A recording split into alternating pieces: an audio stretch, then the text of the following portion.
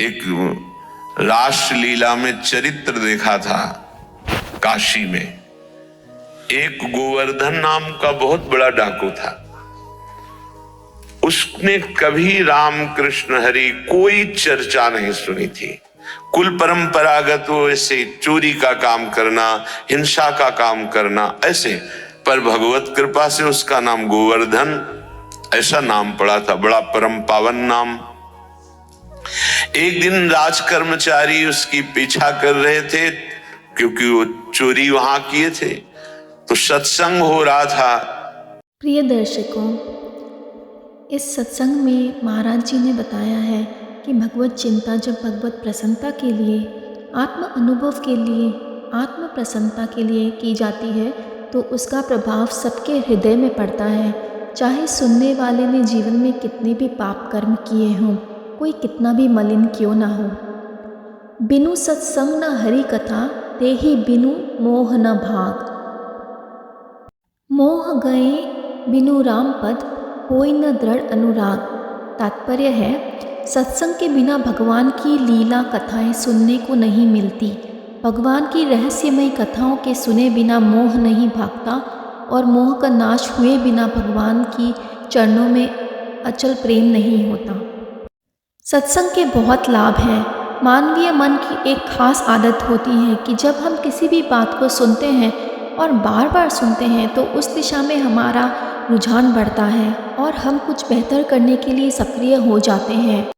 सत्संग में लाभ ही लाभ होता है, नुकसान होने की कोई संभावना ही नहीं होती। जैसे माँ की गोद में पड़ा हुआ बालक अपने आप बड़ा होता है, बड़ा होने के लिए उसे किसी प्रकार का उद्योग नहीं करना पड़ता, ऐसे ही सत्संग में पड़े रहने से मनुष्य का अपने आप विकास होता है। सत्संग से बुद्धि और विवेक जागृत होता है। मनुष्य जितनी अधिक मात्रा में सत्संग करेगा और उस सत्संग से प्राप्त विवेक को महत्व देगा, उतना ही अधिक मात्रा में उसके काम, क्रोध आदि विकार नष्ट होंगे। बाद में सत्संग से जागृत विवेक को महत्व देने से वो विवेक की तत्व ज्ञान में परिवर्तित हो जाता है। तो करमैती बाई के पिता वो सत्संग कर रहे थे, बड़े उच्च कोटि के महापुरुष थे। उच्च कोटि का महापुरुष उसे ही कहते हैं जो भगवत चर्चा केवल भगवत प्रसन्नता के लिए, अपनी आत्म संतुष्टता के लिए, अपने भगवत अनुराग के लिए करता है। अगर भगवत चर्चा का लक्ष्य भगवत अनुराग नहीं है, भगवत प्रसन्नता नहीं है और आत्म सुख की वृत्ति नहीं है, मान प्रतिष्ठा धन या अन्य भोग वस्तुएं, फिर वो उतना रंग नहीं लाएगी। यदि केवल भगवत प्रसन्नता के लिए, भगवत अनुराग के लिए भगवत चर्चा की जाती है तो उसका प्रभाव सबके हृदय में पड़ता है, कोई कितना मलिन क्यों न हो। वो उसी कथा में आके बैठ गए। कथा वृंदावन बिहारी लाल की हो रही थी कि लालजू महाराज को आज मैया जब गौचारण के लिए गोविंद जा रहे हैं तो बहुत सुंदर श्रृंगार किया है। आज मोर मुकुट स्वर्ण के मुकुट के ऊपर विराजमान किया, मोर का पंख स्वर्णिम मुकुट है। अब वो चोर था, स्वर्ण की बात सुनते उसके एकदम सावधान हो गए कान। अभी 10 वर्ष के हैं, हाथ में लकुट दी वो भी स्वर्ण की, कमर में करधनी बंधी वो भी स्वर्ण की, बहुत हीरो से जटित बाजूबंद हैं, वक्षा स्थल में हार आदि आभूषण हैं। अब तो उसको लगा कि इतना धनी बालक 10 वर्ष का, हम इधर उधर चोरी करते हैं, अगर इसको लूट ले तो हम धनी हो जाएंगे। विचार तो बहुत बढ़िया बना, जो गोविंद को लूट ले उससे बड़ा धनी और कौन हो सकता है। बहुत ही प्रवीण बलवान चोरी में था। कथा संपन्न हुई। व्यास भगवान जो कथा कह रहे थे उनके समीप गए, परशुराम जी उनका नाम था। कहा तुम डरना मत। तो उनका मैं क्यों डरूंगा आपसे। बोले मैं अपना परिचय बताता हूं, मैं गोवर्धन डाकू हूं। कहा बढ़िया है भाई, तुम्हारा नाम तो बहुत बढ़िया है, हमसे क्या काम।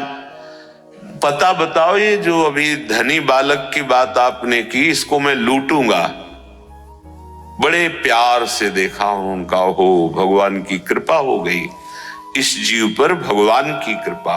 बोले भाई तुम्हारी क्या ताकत है, बड़े से बड़ा कोई डाकू उनको नहीं लूट सकता। तो उन्होंने कहा तुम हमें जानते नहीं, एक बार अगर हम ठान ले तो निश्चित हम उसे लूट लेते हैं। तो उनका ऐसा कोई बलवान ही नहीं हुआ कि हम जिनकी बात कर रहे हैं उनको लूट ले। तत्काल उसने बड़ी सी चाकू निकाली और कहा पता चुपचाप लिखो, हम जरूर उसको लूटेंगे। और देखो हम चोर जरूर हैं, लेकिन हम बहुत जिद्दी स्वभाव के हैं। तुम्हारे सामने कसम खाते हैं, हम जब तक हम उसे लूट नहीं लेंगे पानी नहीं पिएंगे। अब तो परशुराम जी जो व्यास जी थे, उनको बड़ा सुख मिला कि भगवान कैसी कृपा जीव पर करते हैं।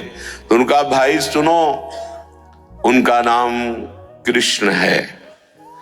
वो वृंदावन में गौएं चराते हैं, पर वो देखने को तो 10 वर्ष के हैं, पर प्रवीणता उनकी बहुत बड़ी है। वो जल्दी किसी के फुसलाने में फुसलने वाले नहीं और धमकाने में डरने वाले नहीं।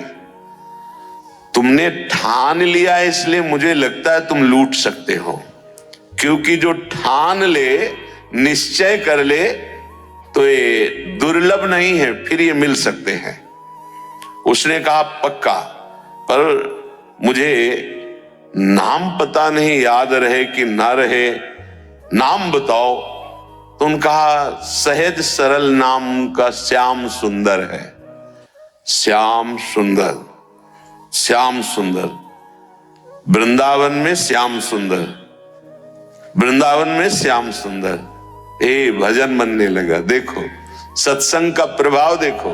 भगवत मिलने के लिए कमर कस ली, भगवान का साक्षात्कार करने के लिए अनजाने में शपथ खा ली, जब तक देखूंगा नहीं पानी नहीं पीऊंगा और उनको भूल न जाऊं, इसलिए वृंदावन में वो हैं और उनका नाम श्याम सुंदर है। वृंदावन में श्याम सुंदर, वृंदावन का स्मरण, श्याम सुंदर का स्मरण, भूल न जाऊं इसलिए बड़ी सावधानी से श्याम सुंदर नाम है उनका। वृंदावन में जब चलने लगे तो परशुराम जी ने कहा भाई आखिरी उपाय मैं बता देता हूं, जब तुम्हारा बल ना चले तो देखो अभी हम लाते हैं हमारे घर में ठाकुर को भोग लगाने के लिए माखन मिश्री है, और उसको ये बहुत प्यारा है माखन मिश्री। जब वो तुम्हारी घुड़की से, तुम्हारी चतुरता से ना लुटे तो फिर प्यार से तुम उसे लूट सकते हो। ये माखन मिश्री खवाना और लूट लेना। हाँ, ये बात तो ठीक है, माखन मिश्री भी रख ली। पैदल वहां से चला वृंदावन के लिए। वृंदावन श्याम सुंदर, वृंदावन श्याम सुंदर। कैसी भगवान की कृपा होती है। नाम जब शुरू, नामी के धाम का स्मरण, और वही भावना करता जा रहा है। ऐसा मुकुट पहने थे, ऐसा हार पहने थे, ऐसी बाजूबंद थी, ऐसी करधनी, ऐसी, ये सब हमको लूटना है। बड़ा प्रसन्न, पानी भी नहीं पिया। अब जब वृंदावन में आया, अब वो पूछता है कि श्याम सुंदर यहां गौएं कहां चराते हैं। लोगों ने समझा बावरा है, ये पागल हो गया है, क्योंकि वो तो द्वापर में भगवान प्रकट हुए थे, वो लीला की थी गौएं चराने की। अब इस कलयुग में कहां ऐसा। तो किसी ने ना तो परिचय बताया, उसको लगा गौएं तो कहीं जंगल में चराते होंगे। तो ब्रजमंडल में जहां जहां लता पता वृक्षों के समुदाय, वहां देखता तो गौएं दिखाई देती, पर वहां कहीं जैसा परिचय बताया था वैसा गोप चरवाहा नहीं दिखाई देता। प्यास से व्याकुल, भूख से व्याकुल, लूटने का दृढ़ संकल्प, पुकारा श्याम सुंदर, श्याम सुंदर। कोई आर्त भाव से भगवान को पुकारे तो भगवान एक ही नाम में प्रकाशित हो जाते हैं। एक बार जिन नाम लिय हित सो हुए अति दीन। हार गया ढूंढते ढूंढते, लूटने की कसम खाई है, अगर नहीं मिले तो पानी भी नहीं पीऊंगा, प्राण भले त्याग दूं। जहां ऐसा समर्पण, और जो हार गया तो उसके हृदय में आर्त भाव आ जाता है, श्याम सुंदर। दृश्य बदल गया। जब आंख खोली तो देखा बहुत ही दिव्य, सब नवीन गौएं, ऐसी गौएं जिनके देखने मात्र से उसके हृदय की प्यास, भूख की जलन शांत हो गई, क्योंकि सब श्रुति स्वरूपा, भगवत स्वरूपा है। बड़े दिव्य सखा, सब भगवान की अवस्था के, कोई गोरे कोई सावरे, सब खेल रहे हैं। और उनके मध्य में जैसा कथा में सुना था वैसा ही प्रभु को देखा। सोचा ये तो बालक है, सखा लोग ये हमारा क्या कर लेंगे। गया श्याम सुंदर, प्रभु बहुत मुस्कुराकर नेत्र नचाते हुए देखे, हाँ जी इधर आओ, हमें तुमसे बात करनी। तो सखाओं से कहा, भाई तुम खेलो, ये मेरा नया अतिथि आया है, इसका हम स्वागत करते हैं। ये सब दिव्य लीला सत्संग में दृढ़ भाव, सत्य भाव करने के कारण बड़ी जल्दी प्रकाशित हो गई। जहां जन्म जन्म लगते हैं भगवत साक्षात्कार के लिए, एक पापात्मा जीव, हिंसक जीव, चोरी करने वाला दृढ़ विश्वास किया कि जो ये व्यास जी कह रहे हैं वो एक एक अक्षर सत्य है, उसको संशय ही नहीं हुआ। ये श्रोता की अगर ऐसी स्थिति हो तो बहुत जल्दी लाभ मिलता है। भगवान नजदीक गए, हाँ बोल क्या बात। उसने देखा कि बालक तो है लेकिन बहुत ही निर्भय है। उन्होंने कहा, ठीक से बात करो, तुमने अभी हमारा नाम नहीं सुना होगा।